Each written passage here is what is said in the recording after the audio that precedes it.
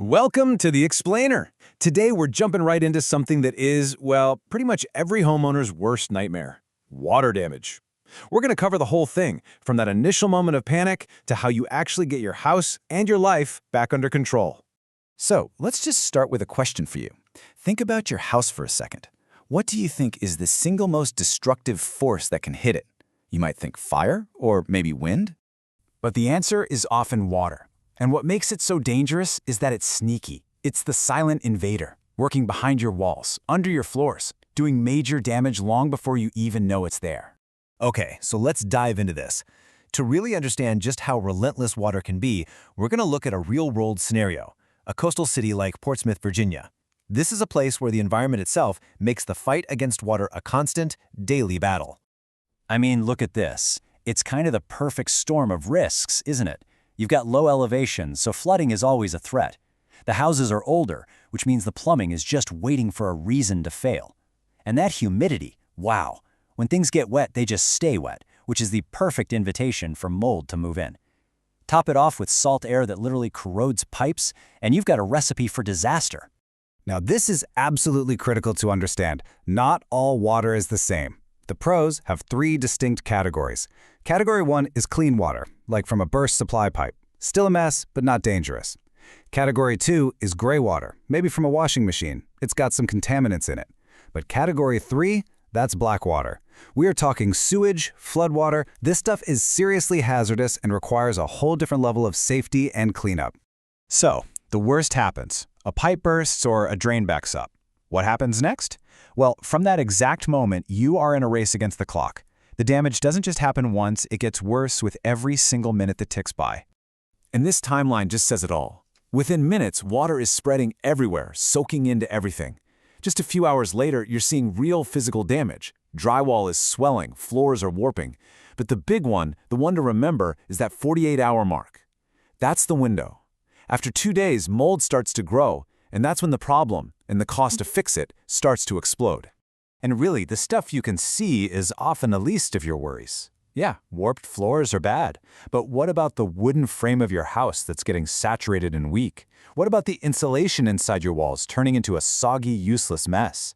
Or the potential for serious electrical hazards? The hidden damage, that's where the real nightmare lives. So you make the call for help.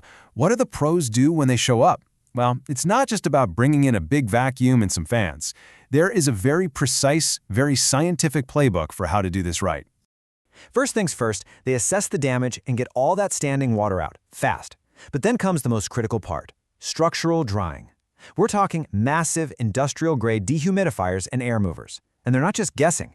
They are constantly monitoring moisture levels deep inside the walls and floors until they are absolutely certain everything is bone dry. You can't even think about rebuilding until that's done. And this is exactly why things like an IICR certification matter so much. It's not just a fancy sticker. It means the people working on your house actually understand the science. They know that a wood stud has to be below a certain moisture level before you can seal it up in a wall. If you get that wrong, you're not fixing the problem, you're just trapping it, letting mold and rot grow in secret. It's also helpful to think of the process in two phases. First, you have mitigation. Think of this as the emergency room. They're stopping the bleeding. They get the water out and get everything drying to prevent the damage from getting any worse. Then comes restoration. That's the actual surgery, rebuilding walls, replacing floors, and putting your home back to the way it was. Okay, so the house is finally dry, it's stable, the emergency is over. Now the project shifts into recovery mode. And that's not just about reconstruction. It's also about navigating the often tricky process of insurance. You know, a successful insurance claim really boils down to one thing: documentation. You need photos of everything. You need detailed lists of every single item that was damaged. And most importantly, you need the data, those daily moisture readings, the logs of where all the equipment was placed. That is the hard proof that shows the insurance adjuster that the job was done right. And honestly, having a pro handle this for you is a total game changer. When an experienced company gives the insurer the exact paperwork they need in the format they want, a claim that might take you weeks to get approved can often get the green light in just 48 hours. That speed is a massive relief when you're going through something so stressful. All right, so we've been through the disaster and the professional response, but how do you stop this from ever happening in the first place? Because the most powerful tool you have is, without a doubt, prevention. And the great news is you can dramatically lower your risk just by being a little proactive. Simple things. Do you know where your main water shutoff valve is right now? Could you turn it off in a panic? Insulating pipes, cleaning your gutters. These little maintenance tasks can literally be the difference between a small leak and a catastrophic flood that costs you a fortune. So we'll leave you with this final thought. Now that you've seen just how quickly water can go from a friend to an enemy, it's worth asking yourself, is your home really prepared to face its most common and most relentless threat?